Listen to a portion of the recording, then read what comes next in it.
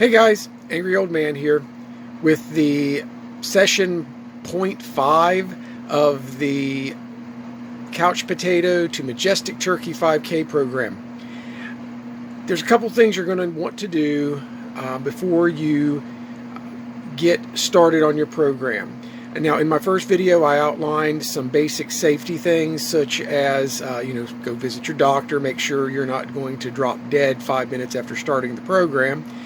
And another was to make sure you have some basic equipment that you might need. But what you need to do to actually apply the information and the skill sets I'm going to be helping you with, you need to determine your estimated maximum heart rate. Now this is not hard and fast, and it will change over time. My maximum heart rate I'm pretty sure has increased since I started running 2 years ago, even though I've gotten older. The estimated maximum heart rate formula is pretty simple. It's the number 220 minus your age, and that gives you a base number.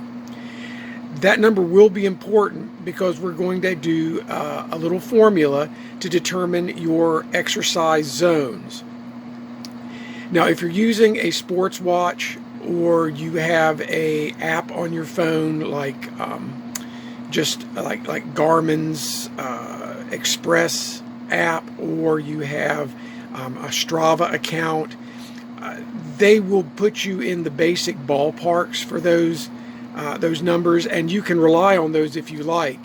They are just as good and will put you in the right zones. But if you don't have any of those, these numbers will help you get into that magic training zone for each one of the workouts. It's very important to stay inside your zone, or at least in the area of your zone for your workout, to improve and to build fitness. The maximum number is only an estimate. I have to stress this. This isn't hard and fast.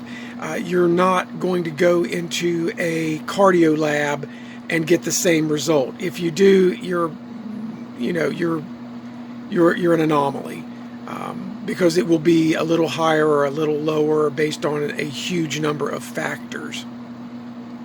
Another thing I want you to do is I want you to go to your local cheap store, whatever, where you can find a notebook, and it doesn't have to be a fancy one, just one of the cheap 50-cent spiral notebooks that kids get for school. And then I want you to bring it home, and on that, go back to like maybe the second to last page and write the date for Thanksgiving 2021. And if you're watching this video in future years, put the Thanksgiving date for that year. Anyway, back that date up and write another date, preceding date on each page until you get to the starting date of the program. Now, electronic devices and apps will have things to help you track this information, but I find that having a written log reinforces this information until it becomes more of a habit. And you can build your fitness into your own lifestyle. And what you're going to do on this, in this log, is record the activity you've done today, some statistics about it, such as how long you ran or how long you worked out. And along those, you're going to make a short note about how did this feel. And you need to be honest with yourself, because nobody's going to want to see this except you. I mean, you can certainly share it with others as a personal experience, but everybody's experience will be different. So what you want to do is just write down how you feel about that workout. Now, there's no hard and fast way to do it. This is just to help you keep track. Especially if you start noticing something like, I'm very tired now. If you go back and you realize you've been doing workouts that were supposed to maybe be easy, and you've been putting a lot of extra effort because you're really excited, that should be a clue for you to throttle back a little bit and allow your body time to recover and heal.